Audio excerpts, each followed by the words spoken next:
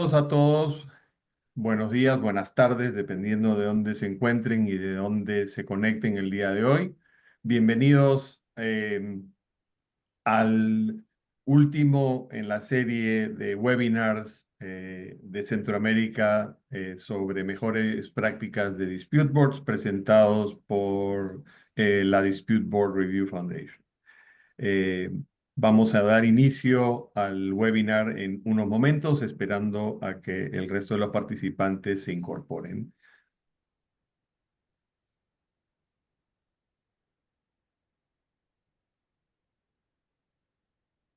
En el interín, mientras otros integrantes se incorporan, quiero recordarles a todos eh, eh, del evento importante el 7 de febrero en El Salvador, el evento regional de la DRBF para Centroamérica, eh, con la participación de muchísimos expertos y talento de toda la región que se va a hacer presente para este importante evento. Esperamos contar con su participación y los invitamos a participar. Siendo que son ya las 9:02, creo que podemos, bueno, 9:02, donde estoy yo, para mí creo que podemos dar inicio al evento. Y nuevamente quiero darles la bienvenida. Eh, este es el último capítulo en la serie de webinars para el desarrollo de Dispute Boards en Centroamérica, presentado por la DRBF. En los primeros 5 webinars de esta serie nos hemos enfocado en los aspectos, roles y actividades más importantes de los Dispute Boards.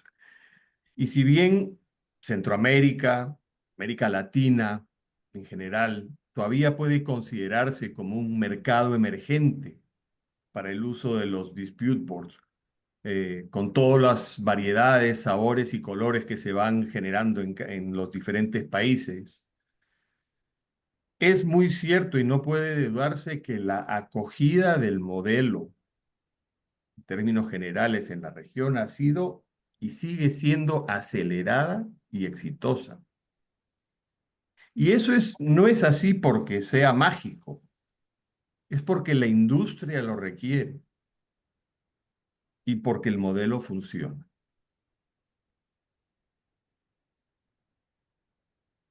Ya con el pasar del tiempo y con la incursión del modelo de los dispute boards y cada vez habiendo más contratos utilizando los dispute boards, las juntas, empieza a haber una cultura y a crearse ya una tradición de dispute boards en nuestra región. ¿Quién lo hubiese pensado que hablaríamos de tradición de dispute boards en Centroamérica?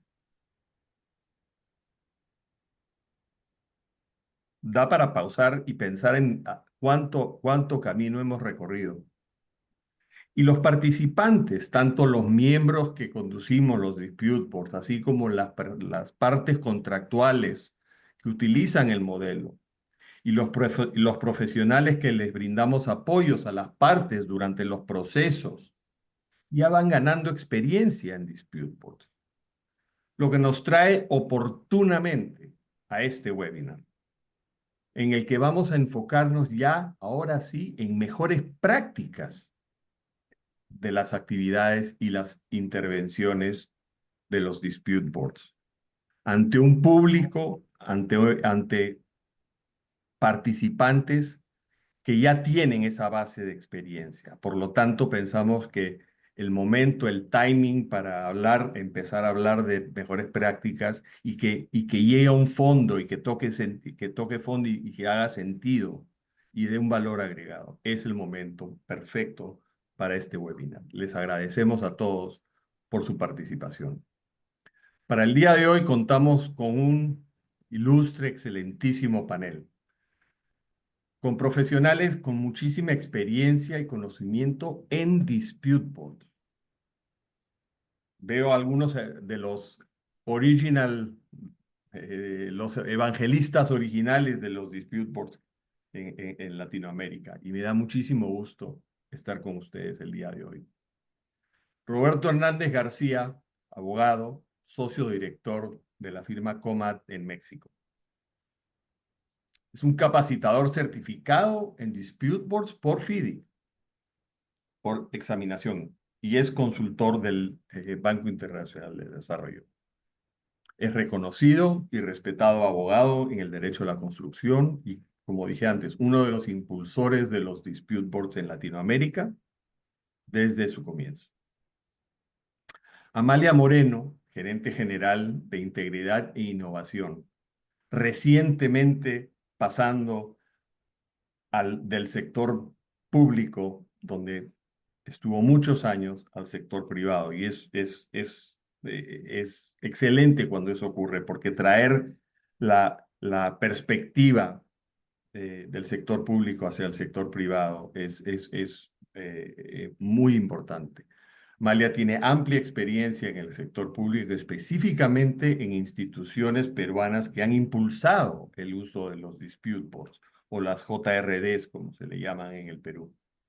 Amalia, por lo tanto, aporta la perspectiva, experiencia y lecciones aprendidas durante el proceso de aprendizaje e incorporación de los dispute boards en mercados emergentes y en particular en el Perú, uno de los mercados más emergentes en el tema de dispute boards en Latinoamérica. Alex Wageman, socio fundador de Wageman Consulting, abogado y consultor en el área de la construcción con muchos años de experiencia y también uno de los originales, uno de los impulsores, evangelistas, predicadores de los dispute boards en Latinoamérica porque cree en el modelo eh, y porque lo ha visto funcionar, tanto desde la perspectiva de abogado, consultor de parte y miembro. Mi nombre es Jerry Brodsky, soy ingeniero, abogado en el Derecho de la Construcción en América Latina y en Estados Unidos, socio de la firma Pecari Abramson y miembro de la junta directiva de la DRBF para nuestra flamante Región 4. Junto con mis compañeros y respetados colegas, he dedicado una parte importante de mi actividad profesional por los últimos 34 años para difundir, predicar, entrenar, organizar, participar en programas de dispute boards y en los proyectos en los cuales el modelo se utiliza. Para el webinar de hoy iremos enfocándonos en cada una de las actividades y en los aspectos importantes de los dispute boards y nuestros ilustres panelistas nos irán comentando sobre sus experiencias, lecciones aprendidas, mejores prácticas y también, ¿por qué no?, las no tan mejores prácticas para evitar en el uso de los dispute boards. Sin más, entonces empezamos con Roberto. Buen día, Roberto. Bienvenido. Muchísimas gracias por estar con nosotros. Vamos a empezar, digamos, en un orden cronológico. Y la primera actividad en la gestión, en el proceso de los dispute boards es la selección de los miembros. ¿Cómo escogemos a esta persona o estas tres personas que van a fungir y servir en el rol de dispute board? Coméntanos, por favor, Roberto, sobre las mejores prácticas basado en tu experiencia como, en el proceso de selección de miembros y del presidente o presidenta de los boards. Bienvenido. Gracias. Primero, un privilegio enorme estar con mis compañeros, con Amalia, con Alex, contigo, con todos los compañeros que nos acompañan. Es una gran distinción y apreciamos su asistencia. A mí me gustaría hablar brevemente de las buenas prácticas, pero luego lo que enfrentamos en estos 5 minutitos. Uno, pues que como usuarios de Dispute Board, es importante seleccionar personas que tengan esta capacidad, no solamente profesional. Se discute mucho de que se tienen que ser ingenieros, abogados, arquitectos, y siempre decimos, no basta que seas buen ingeniero, buen abogado, buen arquitecto desde tu punto de vista profesional, sino que también sepas cuál es esta función que requiere prevención y solución de controversias y entrenamiento muy importante sobre esta materia. Y esto implica que tienes que tener una alta capacitación, entrenamiento y vocación, sobre todo, para ayudar a las partes en este proceso. No solamente es la parte técnica y jurídica, sino también esto que se llaman soft skills. Y creo que esto es una parte importante para todos los miembros. El chair tiene que ser una persona que tenga capacidad además de liderazgo y que los otros miembros asuman también este respeto por su chair para que haya una integración real y sea un único, monolítico cuerpo que permita muy bien la función. Pero si me permiten, voy a hacer, ya que tú hablas de que ya hay una experiencia importante, tenemos un reto fundamental que es, hay muchas generaciones que ya pasaron por Dispute Board, que hemos tenido experiencia, pero vienen las nuevas generaciones. Y hay dos puntos importantes que son el mercado, que ya literalmente hay un mercado de miembros del Dispute Board, y otro que es la responsabilidad de estos nuevos miembros. Ha crecido enormemente la necesidad, entonces la selección de los miembros se ha vuelto más difícil en virtud de que literalmente es posible seleccionar a cualquier persona que sea un profesionista. Y esto implica, y ya ha sido demostrado, que muchas ocasiones no es una buena idea cuando estas personas nuevas, que es importante que se integren, que es importante que empiecen a participar, sobre todo generaciones nuevas, tengan esta vocación, este entendimiento para que esta actividad continúe creciendo. Creo que es muy importante que se difunda que organizaciones como la DRBF son formativas de estas personas nuevas y nosotros también dar este acceso y esta participación. Como último tema, simplemente para resumir, creo que tenemos un impasse importante entre aquellas personas que tienen experiencia y las que aún no la tienen, porque las que aún no lo tienen no necesariamente tienen un espacio para poder entrar a lo que es la práctica. No es común tener secretarios de Dispute Board, no es común invitar a alguien a que sea Dispute Board por temas de confidencialidad. Entonces tenemos un problema ahí importante porque hay muchísimos proyectos y necesitamos que esta selección sea muy profesional, pero al mismo tiempo necesitamos más miembros, sangre joven y nuevas ideas. Entonces, ya con esta experiencia estamos en digamos, a- temas de selección 2.0 que nos tienen grandes retos en el camino. Gracias, Roberto. Tus comentarios me hacen pensar que para poder superar cualquier reto, primero hay que entenderlo. Y creo que es importante entender, y quizás tengo cierta perspectiva habiendo tenido la experiencia en Dispute Boards en diferentes partes del mundo, que se presenta una coyuntura muy interesante, idónea en Latinoamérica, y es que uno de los valores agregados más importantes que trae un Dispute Board a su gestión es la experiencia. Ya lo vieron, entre los tres ya lo vieron todo, ya pasaron por eso, ya saben lo que ocurre más adelante, entienden el contexto de lo que están viendo. Y cuando los miembros de los dispute boards no tienen esos años de experiencia, que es lo que se está dando mucho en Latinoamérica, muy bien capacitados, profesionalmente excelentes, pero les falta ese tercer elemento. ¿Por qué? Porque simplemente es la población emergente, en un mercado emergente. Va a llegar, van a avanzar y es importante reconocer ese reto y no y ajustar el modelo para que él pueda seguir funcionando. No obstante, la carencia de toda esa experiencia en campo que los miembros del Dispute Board todavía no tienen en los mercados emergentes. Entender eso y, y poder tener expectativas realísticas en el rol y las contribuciones de los dispute boards es muy importante. Quería solo poner ese tema, digamos, como para dejarlo para pensar, porque es una realidad para nuestra región.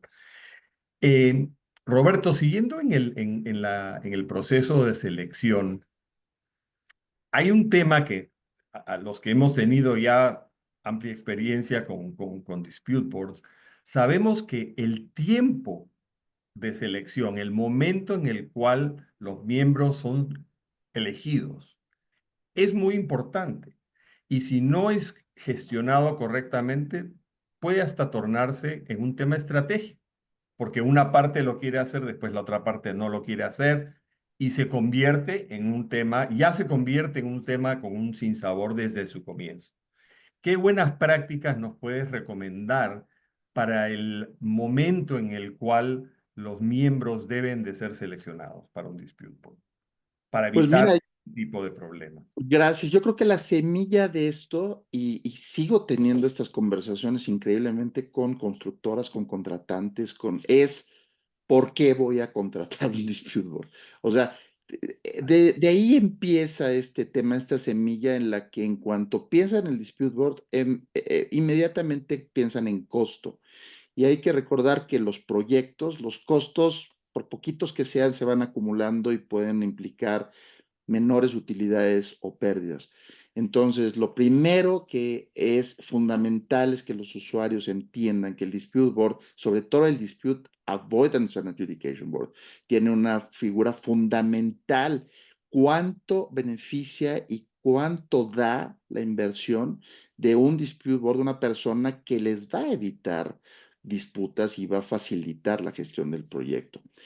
Entonces creo que ahí está la semilla realmente original de esto. Una vez entendido esto por los usuarios, no por los que somos dispute boards, no por los que somos promotores, sino por los usuarios que están realmente confundidos y a veces no quieren hacerlo por N razones. Entonces en ese momento resulta que es importante que se ponga desde el principio para que puedan cumplir con su función. Entonces, mejor práctica, sin duda, es que entiendan muy bien cuál es la función y que desde el principio se les nombre, porque más allá de un sinsabor, como tú dices, ya se convierte en una disputa en sí mismo, el mecanismo para evitar y generar la solución de controversias. Gracias, Roberto, correcto. Gracias a ti. 100% de acuerdo. Em, Continúo contigo, te voy a agarrar a ti de punto al comienzo de del webinar. Pasemos entonces ya, seleccionados, constituido el board, empieza a funcionar.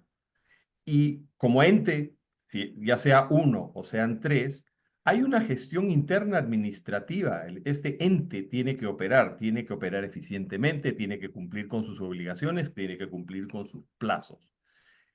¿Puedes comentarnos sobre mejores prácticas en la gestión administrativa interna de la operación de los dispute boards?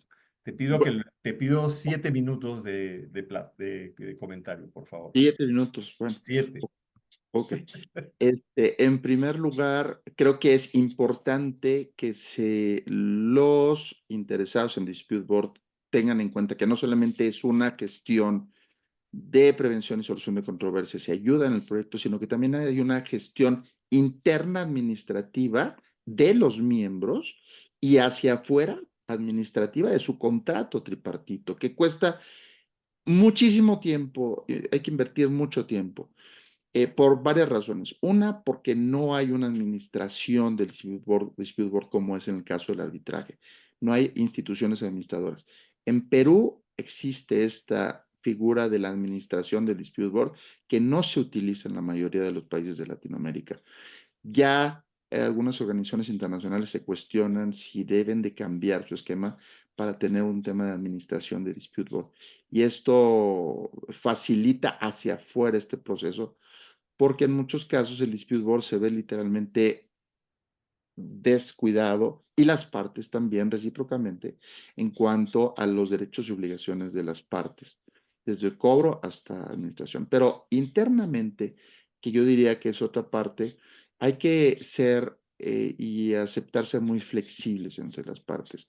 Hay que entender que somos compañeros en el proceso y que hay que entender que hay que ceder en cuanto a tiempos, en cuanto a ideas, en cuanto a procesos, porque estamos precisamente allí para ayudar al proyecto, no para que se vea que quién es el más fuerte, quién es el más inteligente, quién es el más poderoso. Somos un cuerpo monolítico para ayudar al proceso de construcción. Y lo peor es que tú veas que están operando 3 doctores y los 3 están en desacuerdo por donde empiezan a meter el bisturí, ¿no? Entonces creo que esto es un tema muy importante. Entonces creo que lo más relevante, y creo que no voy a tomar los 7 minutos, es que podamos realmente entender como Dispute Board que tenemos una gestión administrativa interna, que es mucho tiempo, disposición, conversación, y hacia afuera es una gestión administrativa muy de contabilidad, de tiempo, de situaciones ante la falta de una administración de Dispute Boards, salvo que nos encontramos en un régimen como el peruano en el que tienes esta posibilidad. Sí, gracias, Roberto. Sí, yo, de las formas en que yo trato de encarar los dispute boards en su periodo formativo es tratar de entender, o sea, en los dispute boards de 3 personas, para ponerlo como ejemplo. Son 3 personas que van a traer 3 diferentes eh, cualidades, experiencias. Y todo el mundo, todos los seres humanos, hay cosas que hacemos mejor que otras. Algunos escribimos mejor, otros hacemos mejor análisis, otros tenemos mejores conocimientos técnicos. Entonces, pienso que parte de la gestión interna del dispute board es reconocer, tener primero, dejar los egos en la puerta, reconocer quién es quién hace mejor qué y Así es, cómo se pueden sumar los talentos de la mejor manera entre las 3 personas de este board para que el producto sea el agregado de lo mejor de cada uno. completamente. Completamente. Y eso, creo que esa es una parte importante de la gestión también del presidente. También quería dejar ese punto como para un takeaway para pensar en adelante. Pasamos a Amalia y nos vamos al Perú. Amalia, tu experiencia en dispute boards, tu experiencia en el sector público, sí, es quizás más enfocada en el Perú, pero eso no es digamos, no es una desventaja, es una ventaja. ¿Por qué? Porque Perú es el Petri dish donde se han generado la mayor cantidad de variedades, buenas y no tan buenas, experiencias en dispute boards. Y acá estamos para aprender de buenas prácticas y de las experiencias. ¿Quién mejor que tú para contarnos y hablarnos un poco de esas experiencias y de las lecciones aprendidas? Quisiera empezar por ya el proceso activo del dispute board y las actividades rutinarias. Los dispute boards por lo general se reúnen, tienen reuniones periódicas, generalmente mensualmente, a veces virtuales, a veces presenciales, a veces juntas con una visita de campo, a veces juntas con una audiencia. En tu experiencia, ¿qué buenas prácticas, qué recomendaciones tendrías tú para que el proceso de las reuniones públicas sea aprovechado, perdón, de las reuniones mensuales, sea aprovechado al máximo por los usuarios y las partes? Muchas gracias, Jerry, por la introducción, por esta excelente conducción, a la Dierbies por la invitación y de verdad es un honor compartir con panelistas con tanta experiencia como nos has mostrado al inicio. Y en efecto, yo lo que quisiera resaltar es que las lecciones aprendidas son en sí mismo una buena práctica y que la gran diferencia a lo mejor con otros mecanismos de solución de controversias, porque ahora ya discutimos si realmente los dispute board son una solución de controversia o más bien se están concentrando en la prevención de las controversias. Pero si fuese así, La primera diferencia que todos los países tenemos que entender, para mí como lección aprendida, es que el Dispute Board no se guía o no es necesario tener un marco regulatorio. Me van a decir, en Perú sí lo tiene, pero por eso estoy diciendo que es una lección aprendida. No tienes que tener un marco regulatorio, porque cada contrato, por ejemplo, el FIDIC, el NEC, contratos estándar internacionalmente reconocidos, ya tienen, digamos, un acercamiento, sus reglas, sus lineamientos respecto al uso del Dispute Board, ¿no? Sobre la base de lecciones aprendidas. Así como tenemos un reglamento de la CSI sobre la base de las lecciones aprendidas. Los países, antes de ponernos a regular, hemos analizado las lecciones aprendidas, tenemos un repositorio de lecciones aprendidas sobre las cuales podríamos señalar cuál es la mejor práctica en Dispute Board. Si no tenemos esos elementos, si no tenemos una institución que lo esté estudiando permanentemente como son estas organizaciones internacionales, nosotros nos abocamos como buena práctica a lo que ya esté estudiado a nivel internacional y con eso iniciamos. Mi primera sugerencia. Lo segundo que quisiera compartir antes de entrar al punto de las reuniones, Jerry, es ratificar lo que nos ha dicho Roberto. Sobre todo cuando el cliente o una de las partes es la institución pública, tengamos en cuenta que realmente el Dispute Board hace una diferencia cuando ingresan desde el inicio del proyecto. Y yo puedo decir que esa también es una lección aprendida para mí, que no lo he hecho tal cual. Primero puedo justificar que en los Juegos Panamericanos, hoy mira, recién estábamos implementando y no sabíamos y entraron un poquito tarde. Pero ya en la Autoridad para la Reconstrucción con Cambios, que fue un mega proyecto, ¿no? Y mi primera lección aprendida es que fue demasiado grande, en esta segunda experiencia, no le dimos de repente la importancia a iniciar. Como ya no nos había ido tan mal en los Juegos Panamericanos, lo utilizamos al revés. Dijeron, mira, entraron tarde y no nos pasó. Y en los otros proyectos sí nos pasó la factura y yo puedo decir que si haría un tercer proyecto, de ninguna manera aceptaría que no empiecen desde el inicio porque recopilar toda la información nos costó tiempo y sobre todo nos perjudica el avance también del proyecto mismo. Respecto a lo que me preguntabas, ¿no? Y justamente, o a la pregunta, ¿no? ¿Cómo es que las partes se tienen que comportar frente a esta obligación de reuniones mensuales, a la gestión de la junta en sí misma? Mi primer mensaje y una lección aprendida también es que así como todos nos dicen que los adjudicadores o los miembros de un dispute board deben de tener vamos a decir, determinadas habilidades y conocimiento, yo quisiera que dentro de esa exigencia no se exceptúe a las partes. Probablemente no tenga que tener todas estas habilidades, pero yo sí creo que tenemos que tener una actitud mucho más activa de parte, vamos a decir, de los clientes, parte privada, pública. Porque creo que si es que nosotros estamos esperando, bueno, que todos se preparen, que los adjudicadores se preparen, que los adjudicadores se organicen, y yo la única obligación que tengo en el caso de la entidad pública es pagar lo que me corresponde, estamos totalmente equivocados, porque es como cualquier proyecto, nosotros no estamos puliendo, no le estamos sacando el provecho que se necesita a una institución tan valiosa que nos va a ayudar a prevenir conflictos. Y no es cualquier cosa prevenir. Hay estudios que señalan que justamente el grado de conflicto te incrementa el 30% más en costos del proyecto.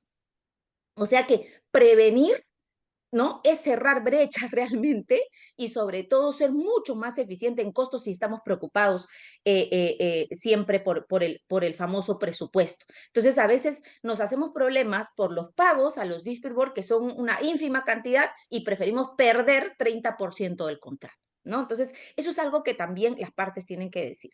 Y yo allí comentaba justamente con unas amigas hablando del dispute board también, que tenemos que tener como una trilogía de los no, ¿no? Entonces, yo creo que mi sugerencia para los funcionarios públicos es que no se debe tener una actitud pasiva. No se puede, y no solamente para el funcionario público, sino para las partes. No pueden estar esperando del dispute board que resuelva todo, que se convierta en un arbitraje y entonces yo lo que quiero es que me digas qué hacer, ¿no?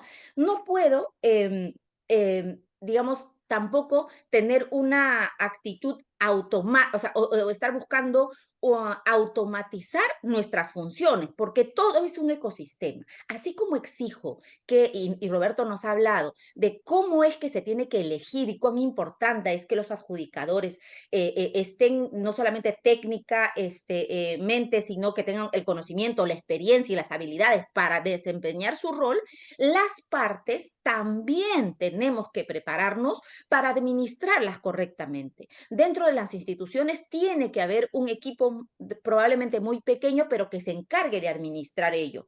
Que se encargue, por ejemplo, de hacer cumplir el plan de visitas, que se encargue de hacer cumplir también probablemente las consultas que se tengan, o sea, saber cómo van a ser estas reuniones en obra, probablemente también las presenciales, porque son aquellas herramientas que hacen que se materialicen las bondades de la prevención. Si el cliente considera y dice, bueno, yo voy a esperar que me diga, estoy esperando que mi contraparte, o sea, estoy hablando, cuando digo cliente, me refiero a las dos partes, ¿no? Privada y pública. Si estoy esperando que la otra, a ver, me diga, me lance un pedido de sumisión formal o qué sé yo, eso no es la actitud, esa no es la actitud, sobre todo el Estado, no solamente peruano, sino cualquier gobierno, cualquier funcionario público, tiene que estar alerta en cómo va a maximizar el beneficio digamos, del dispute board. Y eso es justamente en la gestión de los dispute board, en la gestión de juntas, de reuniones, de sumisiones informales, ¿no? ¿Cómo es que abordamos este trabajo? Y entonces yo le diría, si en esta trilogía, así como he dicho, no a la actitud pasiva, no a la actitud automática. ¿Y qué quiero decir con eso? Que estoy esperando que una ley me diga, y digo una ley entre comillas, porque por ejemplo en el Perú tenemos la práctica de hacer nosotros nuestra propia directiva. Y en la directiva nosotros mismos nos ponemos nuestros parámetros, de modo tal que no podamos asumir ninguna responsabilidad. Mira, yo hice esto porque la directiva me dijo A, yo hice esto porque la directiva me dijo B. Oye, pero eso te aleja del resultado. Bueno, no sé, yo cumplí con lo que me dijeron, ¿no? Entonces, esa actitud automática no ayuda mucho a la toma de decisiones y menos a una, digamos, a ingresar a una sumisión informal o apostar por las sumisiones, perdón, por la asistencia informal, perdón, por la asistencia informal. Y mi último no sería no al ocultamiento de la información. Que eso, vamos a decir, por tradición en Latinoamérica y no sé cómo será en Centroamérica, pero asumo que debe ser similar, ¿no? Por temores a las responsabilidades futuras, no solemos compartir la información como corresponde. Creo que al dispute board o a los DAF no se le tiene que dar pues un cuarto lleno de papeles, sino darle la información que también nosotros consideramos que es relevante de manera ordenada y trabajar en eso. O sea, y como vuelvo a repetir, a mí me ha pasado con proyectos que puedo decir que han superado los 3.000 millones de dólares, ¿no? Y que cuando yo no he podido, o sea, no he podido afrontar esa situación es justamente por el desorden. Entonces, es importantísimo delimitar, así como el DAP se tiene que delimitar, las partes también tenemos que tener claro cuáles son nuestras obligaciones para que ellos puedan desarrollar adecuadamente sus funciones. Ahora, no solamente es eso la ventaja de poder ordenarnos, sino que conocer y tener esta actitud activa, ¿ya? Hace también que seamos más exigentes con los adjudicadores. ¿Qué pasa si tienes un mal adjudicador y un cliente o partes que son pasivos? Simplemente eso es cualquier cosa. De nombre tendrá la JRD, ¿no? El dispute board, pero al final lo que estamos haciendo es tergiversando la buena práctica internacional. Entonces tengamos muchísimo cuidado con cómo nos comportamos las partes. Las partes tenemos que ser activas, propositivas, tenemos que entender que la esencia del DAF, como bien ha señalado tú, Jerry, es la prevención y por ende todos tenemos que abonar a que así sea. utilizar de todas las herramientas que ya nos ha dado no solamente organizaciones como la DRBF, sino las propias lecciones aprendidas de los contratos estándar que solemos aplicar. Amalia, muchísimas gracias.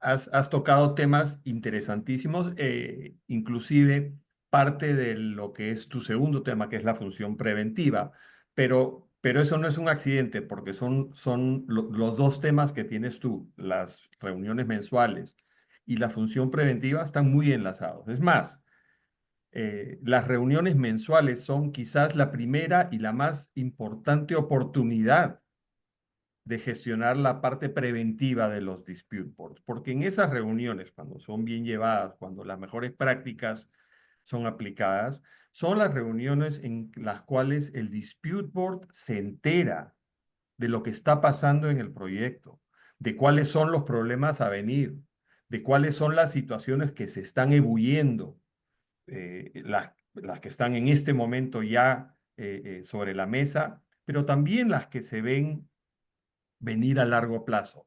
Y ahí entra a tallar y darle importancia también de la experiencia de los miembros del dispute board, porque mucha de la función y de la actuación de las intervenciones de los dispute boards son haciendo preguntas, no diciendo qué hacer, sino digamos, como un método socrático. Son las partes las que tienen que gestionar su proyecto.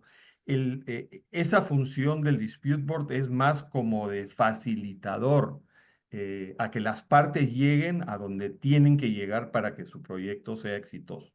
Entonces, esa forma de llevar esa actividad durante las reuniones mensuales resulta siendo ser la función preventiva, porque tú no puedes prevenir algo de lo cual no te has enterado o del cual no has sabido entender su magnitud cuando te lo contaron. Y son dos cosas diferentes. Una cosa es entenderlo, pero una cosa es entender la magnitud de lo que es, que hay un problema con la maquinaria que va a venir de Italia, que es fundamental para que toda esta planta opere. Sin esa máquina, ese horno o esa fundidora que viene de Italia no opera, no puede funcionar esta fábrica. Y entonces entender y asegurar la cadena de suministro es importantísimo para el proyecto. Si el dispute board no sabe entender eso, no puede ayudar. Y por eso es importante la capacitación, la experiencia de los miembros de los dispute boards para poder aprovechar de las reuniones mensuales y poder brindar la función preventiva en su máxima expresión. Creo que ambas partes son importantes y se benefician mucho de la experiencia y de la capacitación de los miembros del Dispute Board. Pasando a la siguiente actividad de los Dispute Boards, hablemos de la asistencia informal. Y Alex, te voy a pedir que nos comentes un poco sobre la asistencia informal, sin antes no hacer un caveat. Yo tengo más de 25 años haciendo Dispute Boards, de alguna forma, como parte, como miembro, organizador, etcétera. Nunca he recibido una solicitud de asistencia informal en todas mis actividades. Y lo digo porque me parece que es alarmante. No entiendo, o sea, tengo ciertas ideas y creo entender las coyunturas que hacen que las partes prefieran decisiones formales a decisiones informales por el hecho de tener la seguridad jurídica, etcétera. Pero me ha llamado mucho la atención que no he tenido esa experiencia y quería compartirla contigo, que tienes una trayectoria inmensa también en Dispute Boards, y que nos compartas tu experiencia. Perfecto, Jerry, muchas gracias. Es un verdadero gusto poder compartir con ustedes con este extraordinario panel.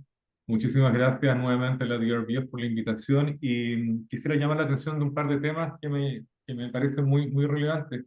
Tenemos más de 80 personas conectadas en este momento participando de este webinar. Eso es muy interesante porque si nos remontamos a cómo era la situación hace unos 10 años atrás, ¿cierto? 5 gatos venían. Sí, venían 5 gatos, éramos 5 y a veces 7, con mucha suerte, ¿eh? Así que Había eso que me llamar a parece. los tíos, había que llamar a los primos. Efectivamente. Así que nada, bueno, hecha la digresión, mira, es bien interesante el tema de la asistencia informal porque cómo se ha ido dando la evolución de los dispute boards nos está llevando al concepto de avoidance, de prevención. Y si hay alguna figura, ¿cierto?, que representa mejor el concepto de la prevención durante la ejecución de los proyectos, es precisamente la asistencia informal. ¿Ah? La asistencia informal es un elemento que tiene valor agregado y que hace la diferencia fundamental entre un dispute board y un tribunal. ¿Ah? Precisamente porque está participando en la mitad del proyecto, ¿cierto? Tratando justamente de prevenir los conflictos. Estamos hablando de buenas prácticas. Es importante recordar, ¿cierto?, que la DRBF tiene un manual de buenas prácticas que fue traducido al español hace relativamente poco tiempo. Eso es muy interesante porque tiene también varios capítulos en donde se están recogiendo cosas de las que estamos conversando acá. ¿Ya? Y es interesante también tener presente cuál es el objetivo de la asistencia informal. Lo que se busca a través de él, la DRBF lo define como opinión consultiva, ¿ya? Pero básicamente estamos hablando, ¿cierto?, de la oportunidad que tienen las partes de poder pedirle al dispute board una opinión no vinculante respecto de algún tema, opinión no vinculante para las partes, ¿cierto?, y tampoco vinculante para el dispute board. Fíjate que contrariamente a tu experiencia, Jordi, a mí me ha tocado en los últimos años bastantes experiencias de asistencia informal. No sé si en las condiciones en las que originalmente estaba conceptualizada la figura, ¿ya? Pero sí las partes lo han utilizado. ¿Ya? Y entonces, bueno, las preguntas que surgen a continuación, ya habiendo tenido alguna experiencia en las asistencias informales, es, bueno, ¿cuál es la forma de poder materializar esto? ¿Ya? Basta con que simplemente una parte se acerque y diga, mire, necesito ayuda para poder resolver este tema, y cómo tiene que dar uno la respuesta también. Basta con que uno dé una respuesta verbal en el contexto de una reunión, o bien tiene que dar una respuesta escrita. Y lo que me ha pasado a propósito de esto es que el sentido de la asistencia informal es tratar de dar una respuesta rápida a las partes. ¿Ah? Si no, para eso existe un proceso de sumisión y que tiene sus tiempos y todo lo demás. Y una de las prácticas que debieran ser mejoradas, ¿ah? Y que ha sido parte de mi experiencia en los últimos años, es tratar de volver complejo algo que debiera ser sencillo. ¿Ah? ¿Qué quiero decir con esto? Que una asistencia informal que no tiene ninguna estructura demasiado compleja, ¿ah? Se trata en la práctica de convertir en una especie como de sumisión encubierta, ¿ah? Donde las partes presentan sumillas, ¿cierto? Y le piden al dispute board generar una audiencia para poder hacer sus presentaciones, y finalmente con eso se desvirtúa un poco el sentido de la asistencia informal, porque en la práctica, ¿cierto? Y entendemos que hay cuestiones que tienen que ver propias con nuestra cultura, ¿ya? Existe esa tendencia, ¿cierto?, a tratar como de judicializar un proceso que debería ser sencillo. Entonces, si estamos hablando de mejores prácticas, yo diría que a propósito de la asistencia informal, lo primero que deberíamos hacer es tratar de mantener, keep it simple, ¿ah? Tratar de mantener simple el proceso de asistencia informal. ¿Ah? Eso no significa que uno como dispute board no pueda dar una respuesta escrita. De hecho, yo lo prefiero, ¿ah? Precisamente porque para evitar tener problemas de misunderstanding, ¿cierto?, posteriores, es mejor que uno pueda emitir, aunque sea un párrafo, ¿cierto?, en donde dé una explicación escrita, ¿cierto?, y eso no genere problemas posteriores de interpretación aguas abajo. Pero de analizar algo que representan las partes y entregar una breve respuesta, que es una opinión, ¿cierto?, a convertir una asistencia informal en prácticamente un proceso comprimido de sumisión, me parece que eso no es una mala, no es una buena práctica. Algo conectado con esto, ¿ah? Y con esto quisiera terminar la idea, pasa también con la asistencia informal, de que me ha tocado ver mucho en la práctica que las partes intentan tratar de evitarse el costo que implica una sumisión a través de la asistencia informal, ¿ya? Como no quieren gastar dinero, ¿cierto? Entonces tratan de llevar al dispute board a que resuelva un asunto a través de la asistencia informal. Y eso evidentemente es un asunto que tiene que ser corregido, ¿cierto? Puesto que el sentido de la asistencia informal es precisamente generar una opinión vinculante, ¿cierto? Y no una decisión que eventualmente a las partes las debiera mover y convertirse en algo que potencialmente pudiera ser obligatorio. Gracias, Alexi. Ciertamente nuestras experiencias han sido diferentes, pero quizás no tanto en el sentido de que sí me ha pasado y ocurre bastante, quizás a ti también, que aunque no se le llame asistencia informal, durante las reuniones mensuales, durante las reuniones con las partes, de forma orgánica, se van dando estas conversaciones, consensuales por todas las partes, se van plasmando los problemas. Lo bueno, especialmente cuando los técnicos están presentes. ¿Por qué? Porque el técnico por naturaleza quiere buscarle una solución al problema.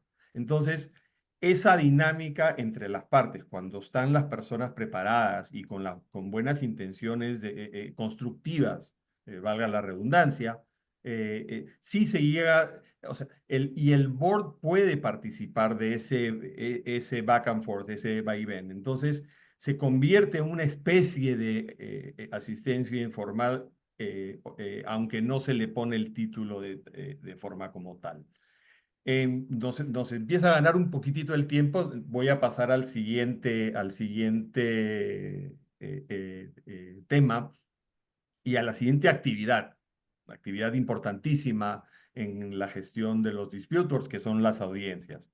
Y para las audiencias, eh, pienso que hay, digamos, el tema de las audiencias puede dividirse en dos partes importantes: las reglas procesales internas de la conducción de las audiencias que sean elaboradas, y segundo, la conducción en sí, la conducción de las audiencias por parte del dispute board. Y para este tema quería regresar donde Roberto y pedirle que por favor nos comente sobre buenas prácticas, prácticas a evitar y algunas experiencias en unos 7 minutos de nuevo, Roberto. Gracias, mi querido Jerry, gracias a Amalia, Alex, muy valiosos los comentarios. Bueno, yo creo que el problema que tenemos es que siempre comparamos las cosas que son nuevas con las anteriores. Entonces, pues como los dispute boards son relativamente nuevos, siempre lo comparamos, por ejemplo, al arbitraje, ¿no? Y ese es el gran problema que tenemos en las audiencias. Las audiencias en un dispute board son realmente reuniones para escuchar a las partes, llegar al fondo de las cosas en el momento de la ejecución de la obra, y no estas formalidades procesales que tenemos en el arbitraje, que no es que se critiquen, sino simplemente son dos mecanismos. A veces estas audiencias son en obra, en situaciones completamente distintas a las de los hoteles, con corbatas Hermes y zapatos de última generación, sino que son con botas, casco, escuchar a la gente. Y una diferencia importante es que mientras que en el procedimiento arbitral la audiencia está liderada por los abogados, en el dispute board la audiencia está liderada por los ingenieros, por las personas que se encuentran en el proyecto. A veces, inclusive de una forma muy naif de parte de los ingenieros, que creo que es precisamente lo que ayuda a la resolución práctica y eficiente de las controversias, porque lo que pasa es que mientras se está ejecutando la obra y mientras la relación contractual está viva, las partes le dicen al dispute board qué pasó. No hay confesional, no hay testimoniales, no hay periciales, entonces realmente es de viva voz en la cual se sabe qué es lo que está pasando y qué sucedió. Mientras en el arbitraje, pues ya son autopsias de casos, pues literalmente muertos, que eventualmente se hacen teorías del caso. Aquí no hay teoría del caso, aquí es qué pasó. Entonces la audiencia hay que entenderla como un proceso complementario a la presentación de los escritos de las partes cuando lamentablemente no se puede evitar la controversia, para tener muchísimo más información, allegarse de ella de viva voz, en forma inmediata, en una forma que no es solemne, no cumple con las formalidades de un proceso. Y esto es lo valioso de estas audiencias, que como dijo Amalia, nos ayudan a prevenir pues todos estos larguísimos procesos de controversia. Roberto, gracias. Importantísimos los puntos que mencionas. Yo quería compartir algunas ideas también contigo digamos, en los principios que me parece que son importantes tenerlos en cuenta a la hora de preparar o desarrollar las reglas procesales o las reglas de juego para los dispute boards. Y los principios que considero deben de ser los que guían las reglas procesales son, por ejemplo, el hecho de que no tiene que ser el mismo tiempo para ambas partes en la audiencia, por lo menos yo no lo considero. Es más tema de oportunidad. Ambas partes tienen que tener la misma oportunidad de presentar todos sus argumentos, su documentación, sus posiciones. Si eso les demora 10 minutos, bien. Si eso les demora 30 Así y es. al otro le demora 10, no hay una necesidad rígida de que sea como el reloj de ajedrez el mismo tiempo para ambas partes, por un lado. Otra que me parece que es importante es que no pueden haber sorpresas en las audiencias. Para mí es una regla sacrosanta de los dispute boards y de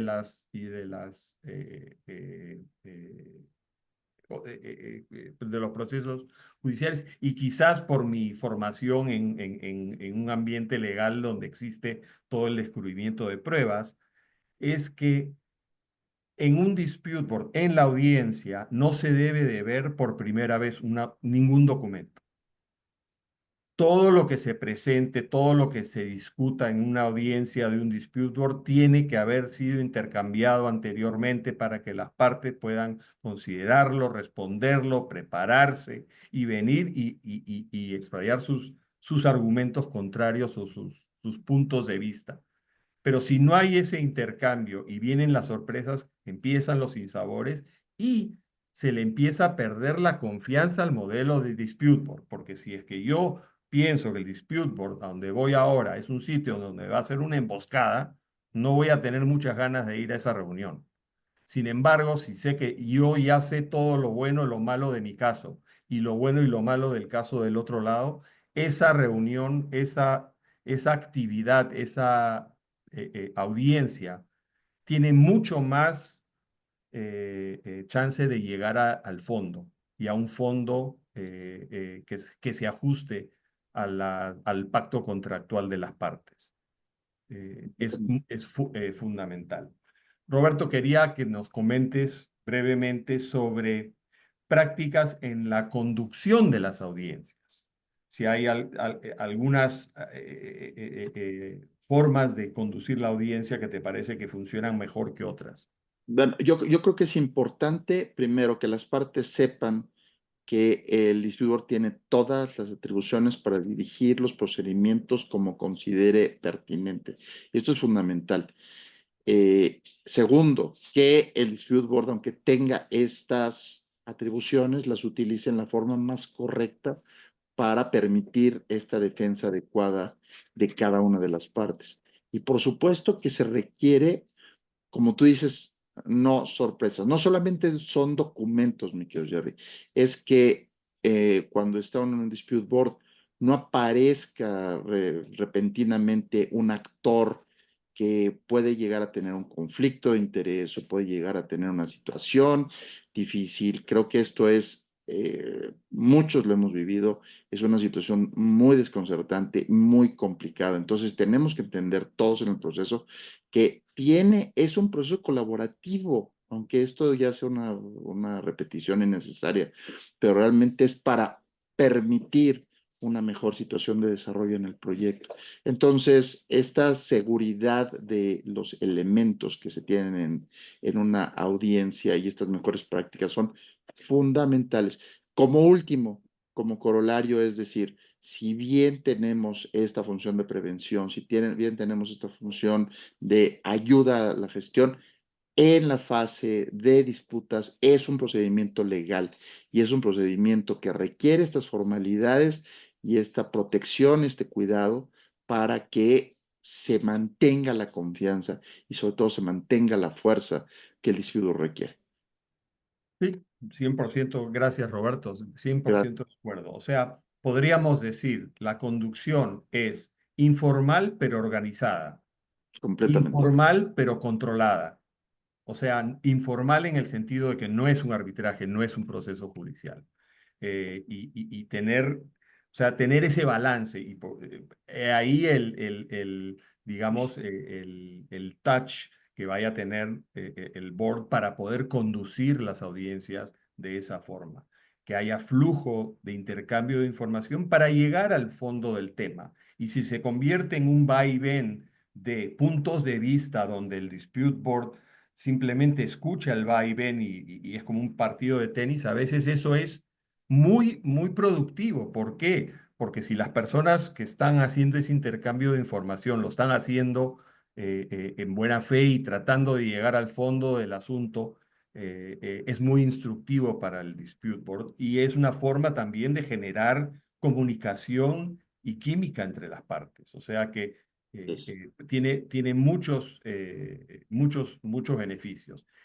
Y fundamental también quería dejarte quizás con un comentario, Roberto, para pensar. Es importante, creo, tocando el punto que tú dijiste al comienzo, el abogado, qué rol tiene el abogado, qué rol tiene el técnico, qué rol tiene el ingeniero, qué rol tiene cada uno. Y siempre se generan a veces como desacuerdos o diferentes puntos de vista de quién debe decir qué o cuál es el rol idóneo o apropiado para cada parte.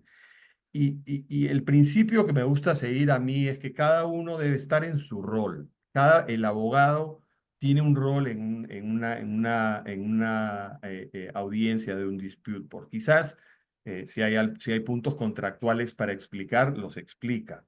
Quizás si hay que conducir o llevar adelante la audiencia en nombre de la parte, e ir presentando a las personas que van a contar la historia, al técnico que estuvo en la obra, al darle, si hay peritaje o hay algún perito, algún experto que se le traiga, el rol del abogado es más de conducción de la reunión y el aporte del análisis contractual legal que sea necesario.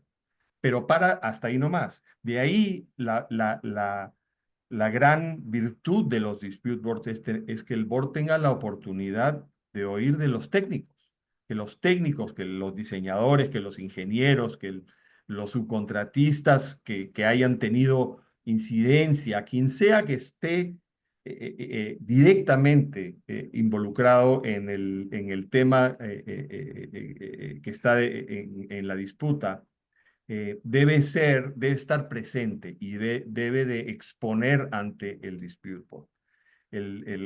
Y es importante que cada uno de los participantes se quede dentro de su carril. Es cuando el abogado se comienza a pasar al carril del técnico o viceversa, que empiezan a haber estas fricciones. Y nuevamente, dejando los egos en la puerta de entrada de la sala de las audiencias y siguiendo el principio de que cada persona tiene algo bueno y algo para aportar. Juntar lo mejor de cada uno de los miembros del board suma el mejor resultado.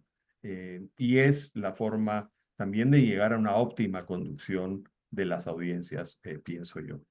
Te quería agradecer por tus comentarios, Roberto. Y para terminar, sé que ya estamos sobre la hora, la última parte de la función de los dispute boards, que es la preparación y emisión de las decisiones, para lo cual quisiera pedirle a Alex que nos comente sobre las mejores prácticas, sus experiencias y lecciones aprendidas en la preparación de las decisiones de los dispute boards. Adelante, gracias, Alex. Bueno, muchas gracias, Jerry. Sé que estamos contra el tiempo, así que voy a ser muy, muy breve. Lo primero es entender de que la decisión que emite un dispute board es muy distinta, y voy a recoger algo que dijo Roberto, a una decisión arbitral. ¿Ah? Básicamente porque la decisión arbitral se basa en el contrato y en el derecho y en la ley, ¿cierto? Y la decisión de un dispute board tiene componentes técnicos que lo hacen bastante diferente, ¿cierto?, a lo que ocurre con una decisión arbitral. Y esto tiene, evidentemente, efectos aguas abajo. Particularmente, creo que hay tres cosas que son relevantes en este tema. Uno es el análisis legal contractual, el segundo es la evaluación técnica, particularmente del quantum, y el tercer punto es la revisabilidad, ¿ya? Respecto al tema legal, es importante entender que el marco en el cual se desenvuelve el dispute board es contractual, pero el contrato no puede estar por sobre la ley. Por lo tanto, si el dispute board identifica que el asunto tiene ciertas connotaciones legales específicas, podrá pedir una opinión legal, pero no veo que sea posible que evite el asunto, y también particularmente si de una simple revisión es posible poder introducirse en el tema. Ahora, esto no es tan usual como pudiera parecer. Es bastante común la referencia a aspectos legales, pero en general yo diría que la buena práctica es que los contratos que a uno le corresponde ver usualmente cuentan con herramientas suficientes para resolver el asunto con las propias cláusulas que proporciona el contrato. Eso respecto al tema del marco legal contractual. Un segundo tema tiene que ver con la evaluación técnica. O sea, tenemos por una parte, ¿cierto?, todo el aspecto legal, ¿cierto?, pero también hay un análisis técnico asociado. Y una de las preguntas que siempre surge es, bueno, ¿cuál es el análisis técnico que yo debo hacer? ¿Hasta qué punto llego en el análisis técnico, ¿cierto?, a propósito de la decisión? Primero, convengamos, ¿cierto?, que una decisión no es un peritaje, ¿ya? Y por lo tanto, ¿cierto?, la resolución del dispute board no implica que los miembros del dispute board tengan que hacer un análisis pericial, ¿cierto?, al momento de emitir su decisión, ¿ya?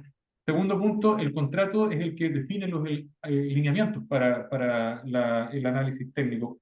Y si me permites hacer el siguiente paralelismo, por ejemplo, la cláusula 20 de FIDIC, a propósito de la reclamación, en conexión con la cláusula 1, te indica que el criterio para el análisis del quantum debe ser el costo real. Costo real.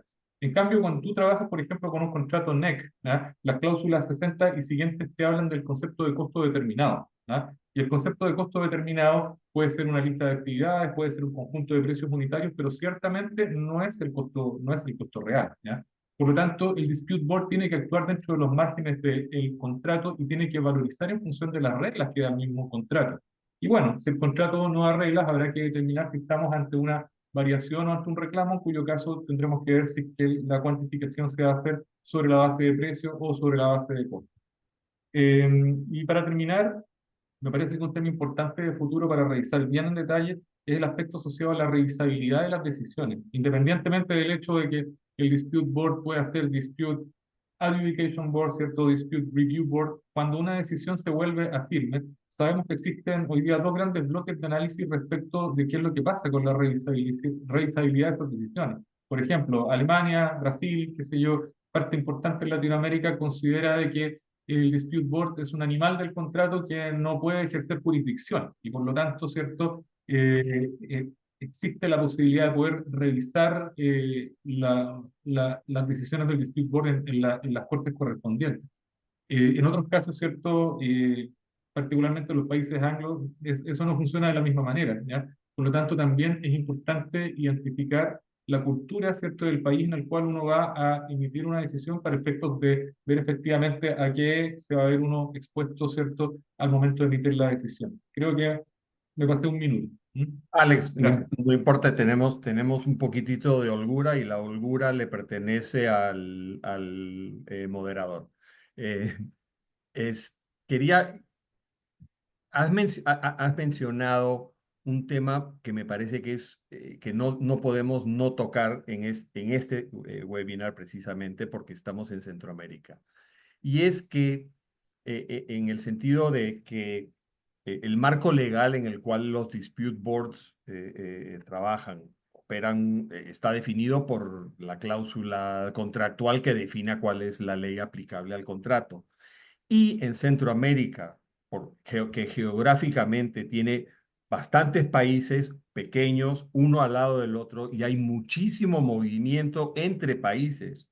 Es muy fácil transportarse y hay mucho intercambio de talento entre los países de Centroamérica. Entonces es muy común que en un proyecto de Costa Rica se encuentren dispute board members de Honduras, de Guatemala y de El Salvador. Y se pueden dar todas esas permutaciones. ¿Por qué? Porque estamos dentro de un área geográfica donde es muy fácil transportarse, número uno. Y número dos, donde cada país en sí tiene todavía pocos profesionales capacitados del nivel, digamos, de las buenas prácticas y un nivel alto. Entonces, se juntan los talentos de los países de Centroamérica de una forma magnífica, pero no hace importante atender el tema de la ley aplicable y en estar uno, y me ha pasado, fungiendo de dispute board en un país donde uno no es abogado, donde uno no conoce el marco legal. Eh, y sí, se puede pedir una asesoría, pero también a veces es bueno, tiene uno la suerte de que uno de los integrantes del board es del país de donde es el proyecto y tiene el conocimiento. Entonces, esa persona aporta el know-how legal que corresponde. Pero en Centroamérica esto se da mucho. No sé si has tenido tú la misma experiencia. Sí, bueno, efectivamente, así también me ha tocado participar en varios dispute boards en Latinoamérica y en Centroamérica específicamente. Sí, yo creo que hay un par de situaciones que son distintas. ¿Ah? Una que es aquellos casos en los cuales se aplica algún tipo de legislación que claramente excede, ¿cierto?, la capacidad jurídica que pueda tener el panel o incluso teniendo ahí un especialista local, como por ejemplo puede ser legislación tributaria, qué sé yo, legislación medioambiental, en cuyo caso la opinión legal puede servir como elemento orientativo. ¿Ah?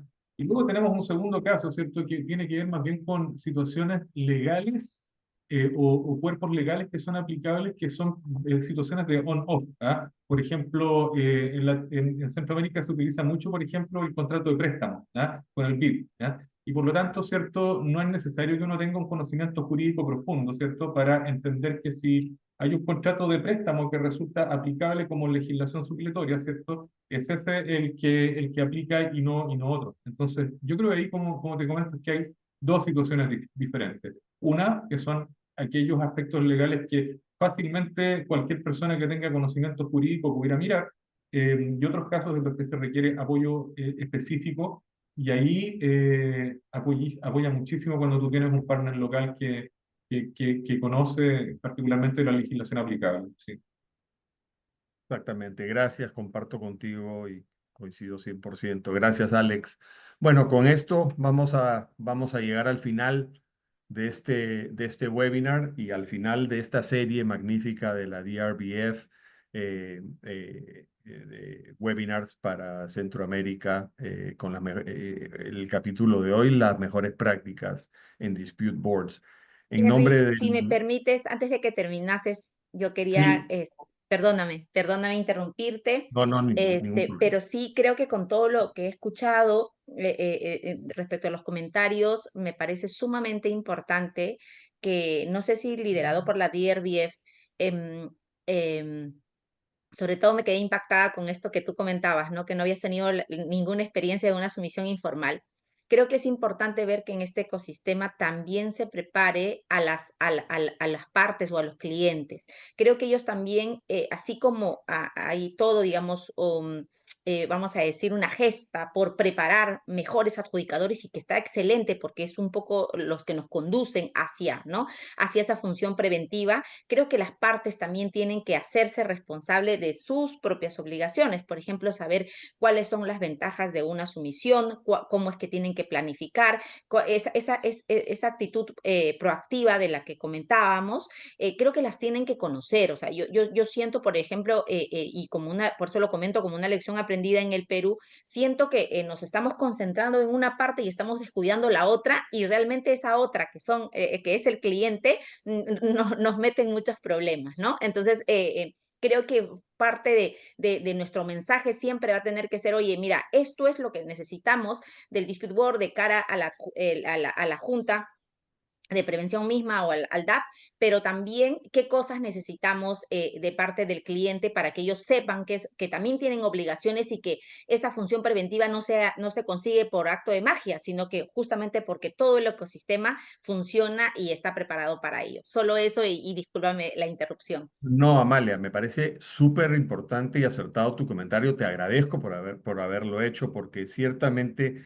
eh, los participantes, los stakeholders del ecosistema como tú mencionas, de los dispute boards, tienen que todos estar matriculados como decimos en el Perú, ponerse la camiseta de lo que están haciendo para que el modelo funcione de verdad. Todos tienen que participar, cada uno tiene un rol diferente en el modelo de los dispute boards, pero el compromiso y la capacitación de cada uno de los participantes es fundamental para el éxito del modelo. Por eso te agradezco haber hecho ese comentario, Amalia. Excelente. Y con esto vamos a dar por cerrada entonces la sesión de hoy. Nuevamente, en nombre de la DRBF, les quiero agradecer a todos por haber estado en todas estas sesiones. Creemos que es muy importante compartir y tener el honor de tener eruditos y participantes y usuarios de los dispute boards que entienden y conocen el tema y que pueden dar su aporte y que tienen la gracia de compartir sus experiencias. Les agradecemos mucho a nuestros panelistas el día de hoy y a todos los que han estado conectados, sin dejarles de recordar el próximo evento, el 7 de febrero, la reunión regional de la DRBF en El Salvador. Me despido de todos en nombre de la DRBF. Mi nombre es Jerry Brodsky. Que tengan todos un súper buen día. Gracias. Gracias. Muchas gracias, que tengan Hasta un la buen día. próxima. Chao.